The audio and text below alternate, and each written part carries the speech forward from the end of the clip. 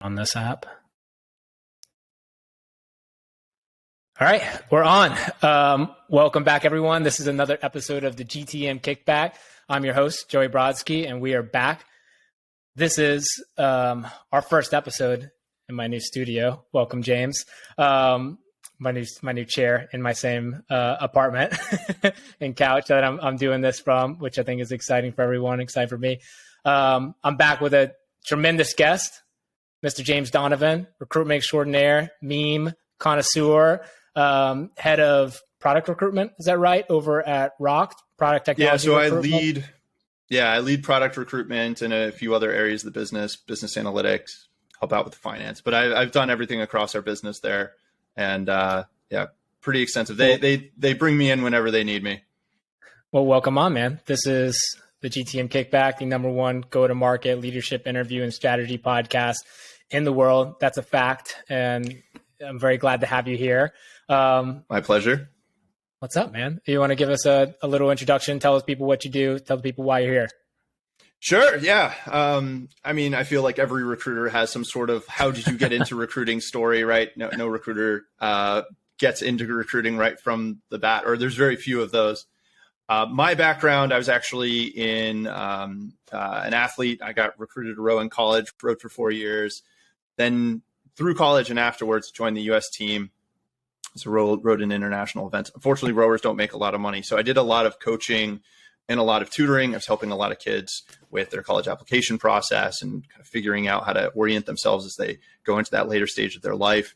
And when I retired from rowing and from coaching, looking to get into the business world, I was trying to think what area of business would be best suited to the skill set that I had. And I felt like recruiting was actually a really good fit for me, but also looking at it critically from the outside, it seemed to me that recruiting is very much a central part of a successful company, a successful business. You need to recruit good people who are a good fit, and the value you can generate by doing that is tremendous. So that was kind of the area that I targeted. I got very lucky and had some connections in my network where I landed a kind of like starting position at a seed stage company called Cherry, and was employee 25, helped grow them to about 65 in the course of a year and a half. COVID hit, did a little bit of contract work here and there, and then ended up at Rocked, where things have been going very, very well. The company is growing very quickly. I've made something over like 80 hires in the year and a half that I've been there. And incredible.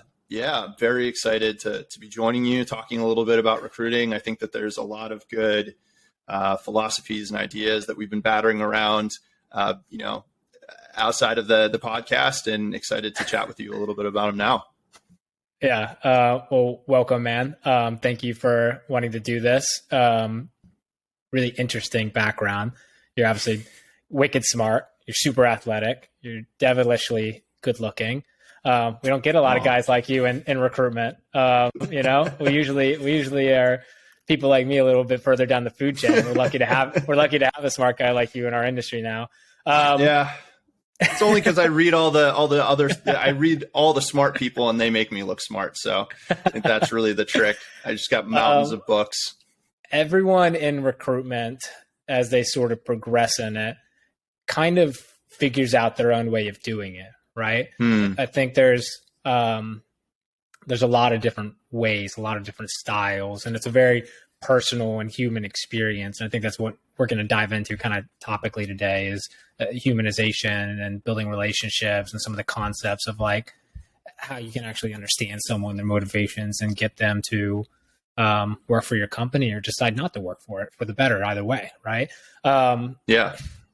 You've leaned into some really interesting ways that are very, personal to you and like your recruitment strategy, as I'll say it, or just the way that you approach and engage people in these sort of conversations. A lot of it off the back of what did you call it? Sorry, I won't misquote this, but the most powerful tool for expression on the entire internet, which is the meme. You're the meme guy in your Absolutely. office. You're the meme guy in your company. You tell me that candidates come in and on their 30, 60, 90 reviews, they say the one reason that got them over the line against whatever competitor that they were also getting recruited at was the meme guy, James Donovan, and how charismatic, how endearing, and how great of an experience you gave on your company, which clearly is true to your company, which is great. It's not a misreflection by any means. You had a lot of impact on these people, and it helps in that entire experience, which can sort of make or break a recruitment process for a lot of people. Can you tell me about this strategy, why you've employed it, how you employed it, and why it's working or when it doesn't work if it doesn't? Yeah, no, I think you're right. I think that the human experience in recruiting is really key. And I'll say right off the bat that I can talk a big game in that first call and get people excited, but it's really the fact that we have such great teams of people at Rocked. I've been working for a long time now with the business analytics team, with the product team. And when I get candidates excited about the opportunity, I very much believe that I'm not selling them a bunch of hot air, but that as they go through the process, they're going to see the team lives up to the hype. But I do think that that first call with a candidate is really important because it's a first impression. You're setting the tone. You want people to be oriented in your process. I touch on a lot of the key factors around alignment. We are a hybrid situation. We have a very interesting way of doing comp. We have a career ladder. We have a certain timeline, a certain process that we like to run candidates through. And if you can orient candidates accordingly in that first interview, I think that goes a long way. But also getting them excited, getting them to believe, to getting a sense of like what the culture is like.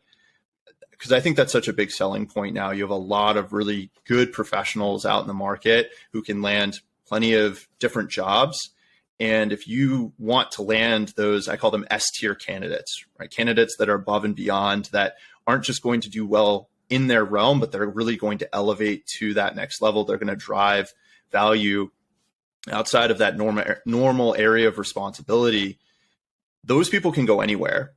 They're easy for recruiters to identify. And as a recruiting team, you need to not only assess, but you need to sell. And I think that the better that first call can go, where you're getting people excited about the company, you're informing them, you're setting the right kind of friendly but professional tone, and you're making sure that you have that alignment.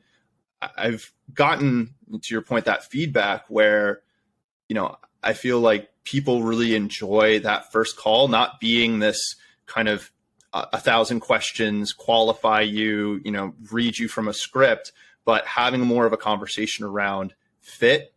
What are they looking for? What are we looking for as a company? And if that's going to be a good match, and feeling like we're really getting to know each other in that first call. I think that goes a long way to selling, especially those really high caliber candidates. Where do the memes come into play? How do you use that as sort of experience? Sorry to circle right back to it. I love that. And I love what you evangelize. And yes, it starts with a good product at the end of the day. Right? A good product is the product of the company or the culture or the environment or the opportunity that you're going to market with, right? As the recruiter and talking to people about it. You can't sell like shit out there to people, right? They see right through it. It's fine. But many people still lose out on good candidates. There are a lot of good, innovative, and exciting organizations out there that they can work at across different sectors, across different industries, across different marketplaces or regions. But you win, obviously, a lot more of the time than these other people because of the way that you approach it and evangelize that story and the product of Rocked and wherever you are, right? As a recruiter, that transcends just one company. Sure. What is like your method of engaging with those people that is different than someone else, right? Like you personally, in terms of James Donovan's style of what will be my approach to getting that S-tier candidate onto and excited about me? Very good question. I'll leave it to you. It's a great question. So I think the memes are I'll kind of start with that and say that, you see, I can throw memes up into my video. I use OBS. It's a open broadcasting software. I create a virtual camera, and then I have a meme board, much like a soundboard, but it's like backlit LED, and so I can very quickly surf between a bunch of different memes and then display them through OBS. It's a fun little thing. I'm actually going to put out a video, hopefully in the next couple of weeks, about that explains how to do this. It's not that hard, and you actually can do it for free, so that's always a nice little way to keep things interesting. But I also think that, to talk about memes, you have to talk a little bit about communication, and communication is very difficult. I think part of the downside of remote work is we don't feel as connected to people. We don't get to see them outside of that kind of typically pretty limited business professional sphere. And it's fun to kind of bring in something that's a little lighthearted, a little enjoyable. But I also think that the reason people get tickled by memes is that they're such a good way to convey different emotions, different ideas. Simply put, we have this kind of built-in firmware from evolution of being able to read people's body languages and facial expressions. Like even small changes in the way that you're expressing yourself through your face, little muscle twitches can tell a very complex emotion that is hard to encapsulate into a simple word like happy or friendly or excited. And if you can rely on these expression memes or reaction GIFs to convey that specific flavor of an emotion, that's pretty powerful. I also think that there's something to be said for the power of an analogy. If you can explain something, communication is effectively relying on shared knowledge, and an analogy is just a more effective, deeper usage of that shared knowledge. And we all have kind of a cultural shared knowledge. We've all seen most of the Marvel movies, or at least, we know about them. And so you can use a Marvel GIF, you can use an Office GIF, right? You can use a lot of these different things, and people kind of get the context, they get the idea. And so you can convey these really high fidelity ideas very quickly and efficiently. And so that's what I like about memes is they're fun, they're light, they're happy, and they're also really effective at communicating. But some people are very... Go ahead. Oh, some people are very averse to them, on a point that you made, that from the outside looking in, they're childish, right? They're not astutely professional, and they're not in the business book that we all read in college, right? And like taught as part of protocol for how people interact in the corporate world that we play in.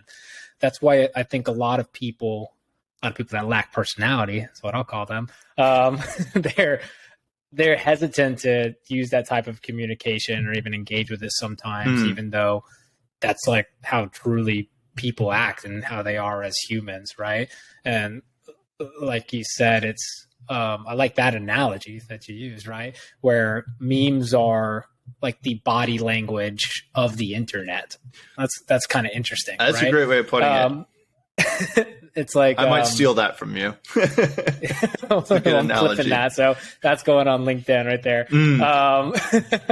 They're like the body language and the nonverbal communication that conveys so many ideas that are like innate to our essence as a human, right? And like it's kind of interesting because we had the internet for so long. I don't know when memes were invented. I'm sure there's always been some sort of rendition of it, right? But the internet got more complex. They got more complex and were able to convey more ideas.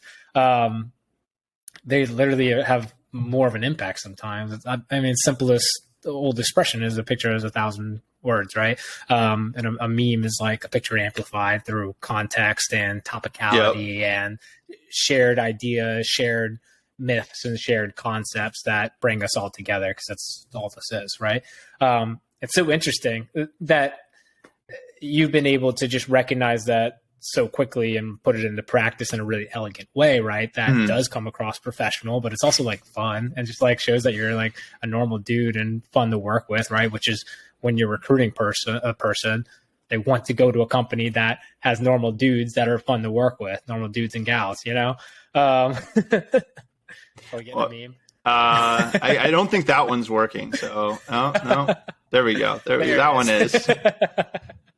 Sometimes I go through and mess around with the back end, and I get some error messages when I try to pull up. My question is, when did you first do this? And I'm guessing no one else around you was doing this that gave you that idea, right? That you took it from someone. So what implored you to want to break that sort of professional barrier, as some would say, and kind of go for it and just be yourself, whereas not a lot of people in our profession do that?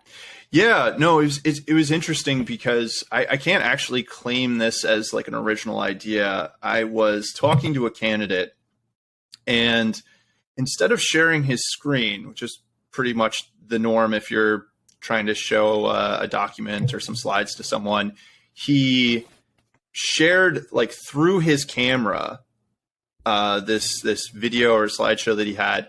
And it was really interesting to me. It really hit me. I was like, whoa, I didn't know that you could do that. And he was like, yeah, you can use a virtual camera to, and so basically the way it works is the Google Meet or the Zoom, instead of using your camera as the original source, it'll use the virtual camera, which is the OBS. And that's a software that can pull from your camera. So you can just show it like you normally would, or you can add in all these other things. And I was like, oh, there's a lot of potential there. And I had used OBS plenty of times before because I did some very casual streaming. I'm a bit of a nerd and a gamer, and memes are part of the gaming culture already.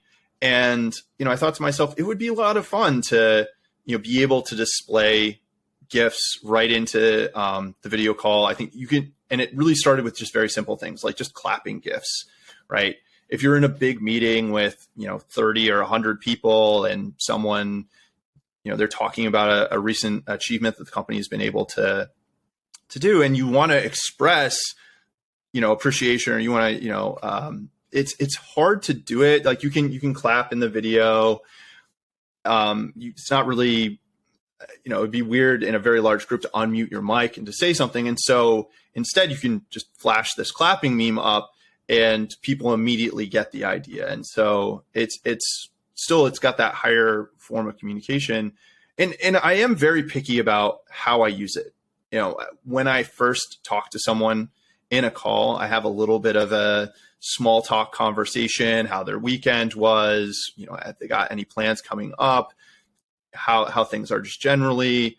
And hopefully we get into like a little bit of a conversation about some cool interest or something like that they have. But you get a vibe of, is this person down to kind of have a little bit more of a casual conversation, or are they very much in a mindset of having a professional one? And depending on that vibe, I'll adjust accordingly. And sometimes I'll lean heavily into the memes and GIFs, and sometimes I'll keep them on the sideline. I like it. How well has it worked? I mean, it's funny because, I like to do it just because I have fun with it. And I think it makes the calls a lot more interesting. But I have, to the point that you mentioned earlier, I've gotten direct feedback from, our head of product, where one of our S-tier candidates that the team was like really excited about, when he, talked to him later on in the process, he basically let my boss know. He's like, I was like excited about that. I thought the company was looked like a good fit, and I was interested to have the conversation. But, after kind of this very unique and weird, eccentric, first call with this recruiter using memes, I'm like really hyped. And, that makes me feel great. That makes me feel like I've really made a connection with someone. I'm excited because we recruited this guy. He's actually lives in Sydney, works in the Sydney office. He's coming to New York for induction this week. And so, plan to spend some time grabbing a drink, and he recommended a few books to me, and I have those sitting on my bookshelf. And I think to our point earlier of what this podcast is about, it's that human connection goes so far. And, it's cool to see that reciprocated. It's cool to know that candidates appreciate being, talked to on a very human level. And, it makes it so I enjoy my work so much more day to day. I have days where I have tons and tons of calls, and you could see that as being, very onerous and hard to get through. But I actually feel like it's a cool opportunity to meet a new person every 30 minutes and get to learn a little bit about them. What's so interesting and a bit sad is that's the differentiator, right? Candidates, I think they like that because they like that, right? And it's a good experience. Sure. But they don't get that often with people like us in our industry. It's so churn and burn and very transactional in a lot of cases. Sure. That's why we see a lot of the flack on LinkedIn about people hate robotic in-mails or their LinkedIn messages. It's unbearingly full with all these job opportunities that aren't relevant to them. And there's a lot of annoyance and I think inability to build relationships super quickly like you've been able to in our industry. And that makes it a differentiator, which sort of amplifies something that's already great standalone, right? As compared to all this other stuff, which is cool, which is really, really cool. A level deeper to it. You talked about this concept, this additional element of humanization and really understanding and building relationships with people. You coined it earlier. Recruitment is like therapy to the candidates in some cases. Tell me what you mean. Let me not misquote it. Sure. I mean, any type of conversation is a little bit like therapy, right? Because when you have an idea, it's usually not super well defined. It's kind of like floating nebulously in your head. And the more that you talk about it, the more you give it shape.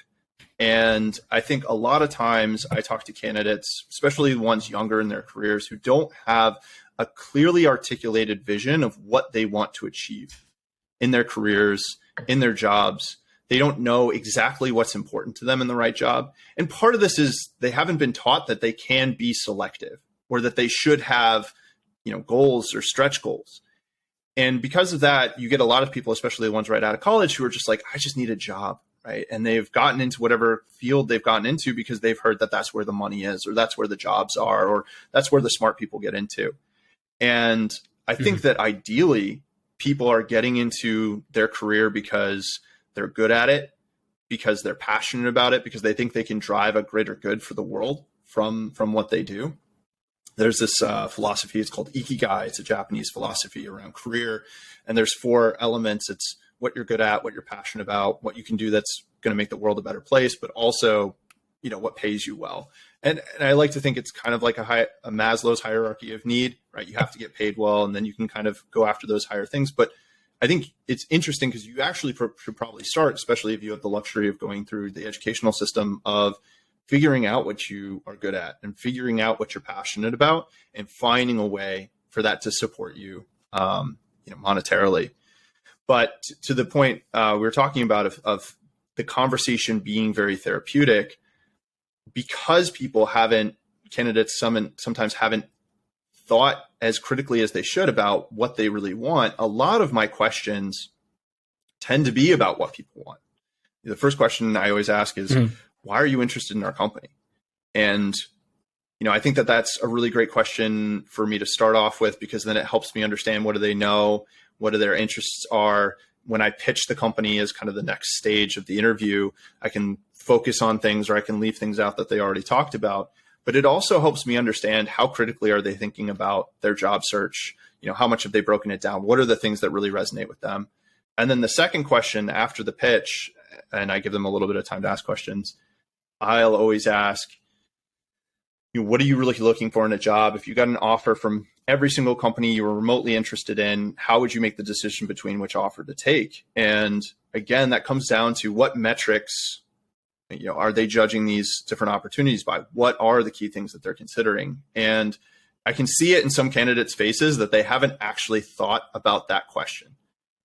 And it's, obviously it's most of the time you're only getting 1 or maybe 2 offers.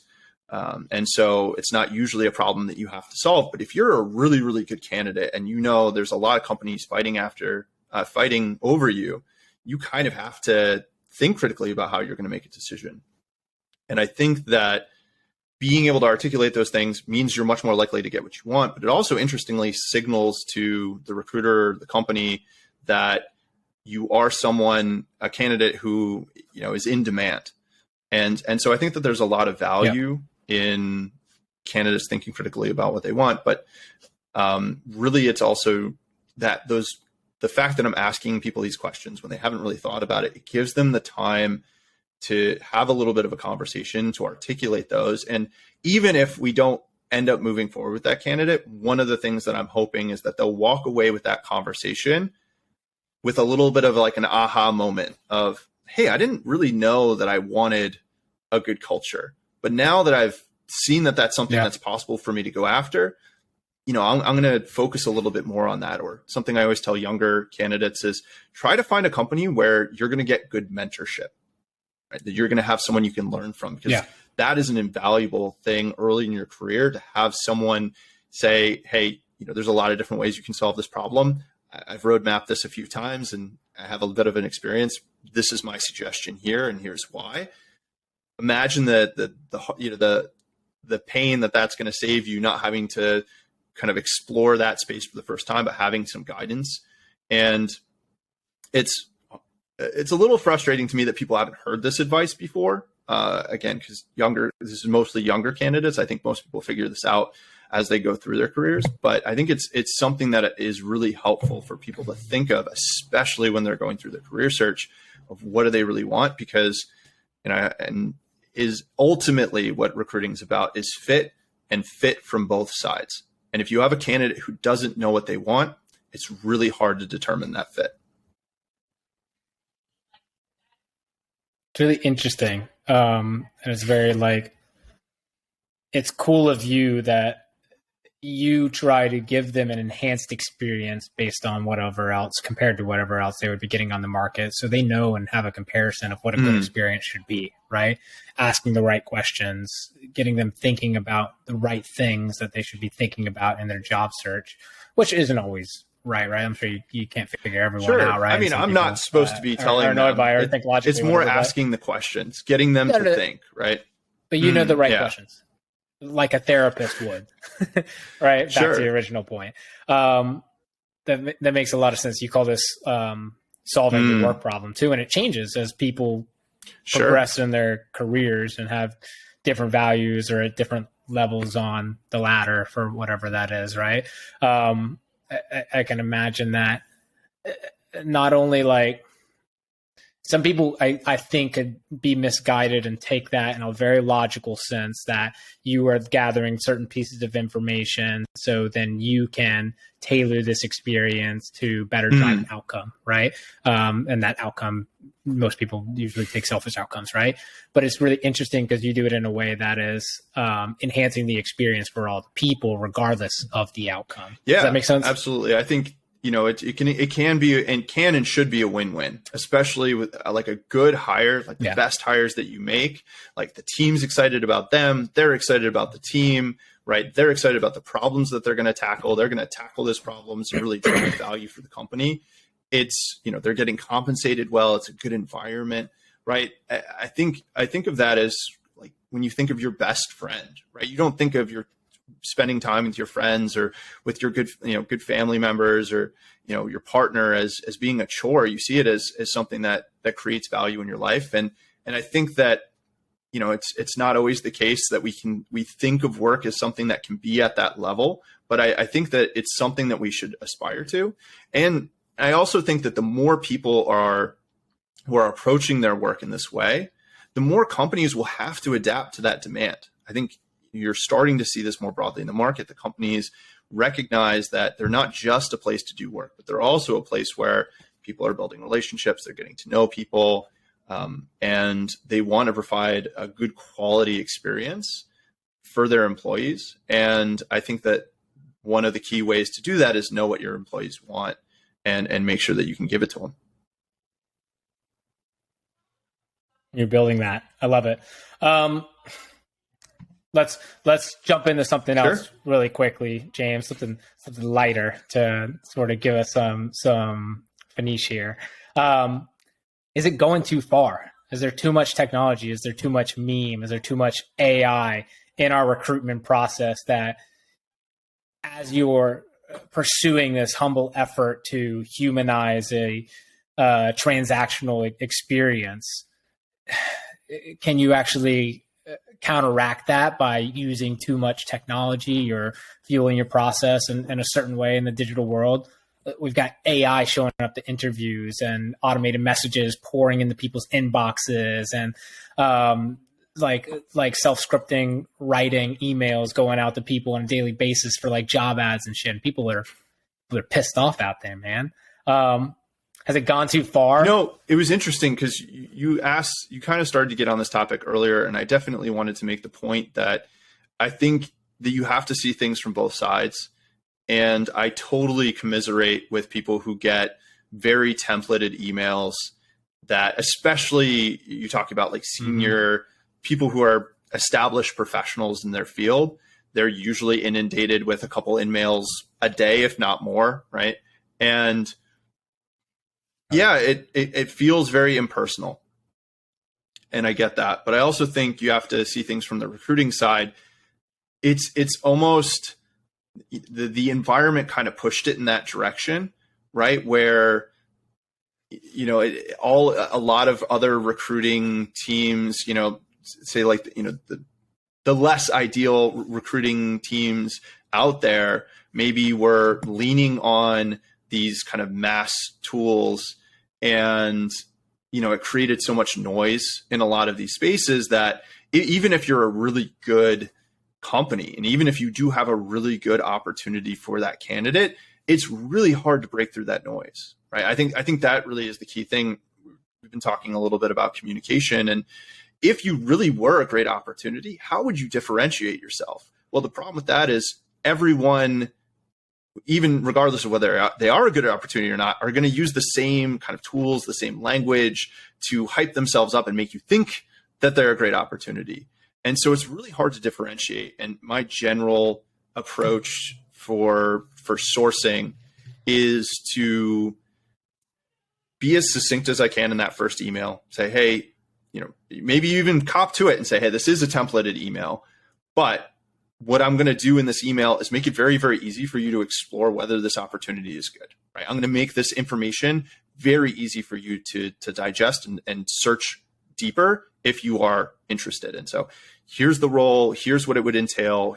Here we are hybrid, we're looking in this pay range, this is the kind of company we are. If you're interested in learning more, here's a link to our culture page. Here's a 90-second blurb on what we do. Here's an article about our fundraising round, right? Here's one of the things I think we should, that we can grow on our employer brand a lot, but like showing people around the office and giving them a sense of the culture.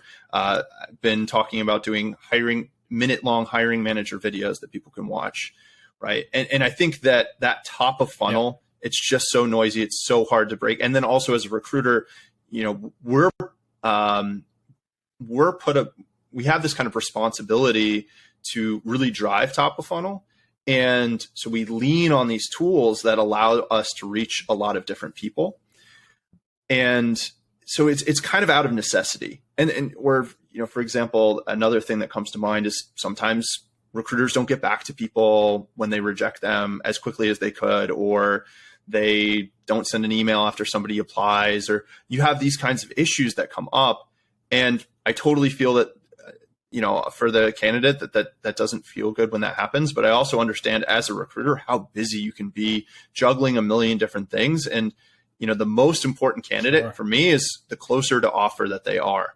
And so, I hate to be the bearer of bad news, but from a very realistic sense, people at top of funnel, it's really hard to make that your priority when, it's like you need to do everything to get someone across the line later on. And I think that, it's just kind of being empathetic from both sides is how we get better at doing that. Like we use little tricks where instead of saying, hey, we'll get back to you in the next week or two, we'll say when people first apply, it's like, if you're a good fit, we will reach back to you. And the implication there is if we don't reach back to you, it's not, that we made a promise that we're not keeping. It's that we probably didn't think you were a fit. And I know that's not ideal. It's much more ideal to get a message, but I think that there are little ways that you can not make promises to do things that you don't actually do. I think that's really the key thing there. It's realistic and it sets expectations that are clear and followed through. And I think just a couple of things to put a cap on it. Expectation setting, I think, is its top 3 traits or I guess concepts that I think get implemented into a successful recruitment campaign that enhances your ability to get good candidates and get a high quality or quantity of them, right? Companies that set clear expectations, whether that's timelines, whether that's compensation, whether that's resources, or just their ability to make that job a opportunity for them as opposed to just a job, right? I use that quote a lot. And to be able to do that quickly, clearly, and concisely, those companies win 9 out of 10 times, right? And that seems like a lot of what you're able to implement into like the experience you create while still making it super in touch with like people as real people as opposed to being. But I think you hit the nail on the head, right? We've been talking a lot about how it's important to humanize the process. And I think that it's a thing you hear in sales all the time, don't overpromise. And I think it's the same thing in recruiting. We need to be better about being clear about what candidates can expect from us from the process, and making sure that we deliver on the things that we promise. But it doesn't mean that you need to promise the world to every candidate. James, this was sick. This is the best podcast we've ever done. Humbled to think you think so. This is the only podcast we've ever done. But I think so. I definitely think so. If you were to give the people one thing, other recruiters, other salespersons, other just whatever professionals out there, that they can take away from your process, your strategy, your approach to not just doing recruitment, but to doing business, right?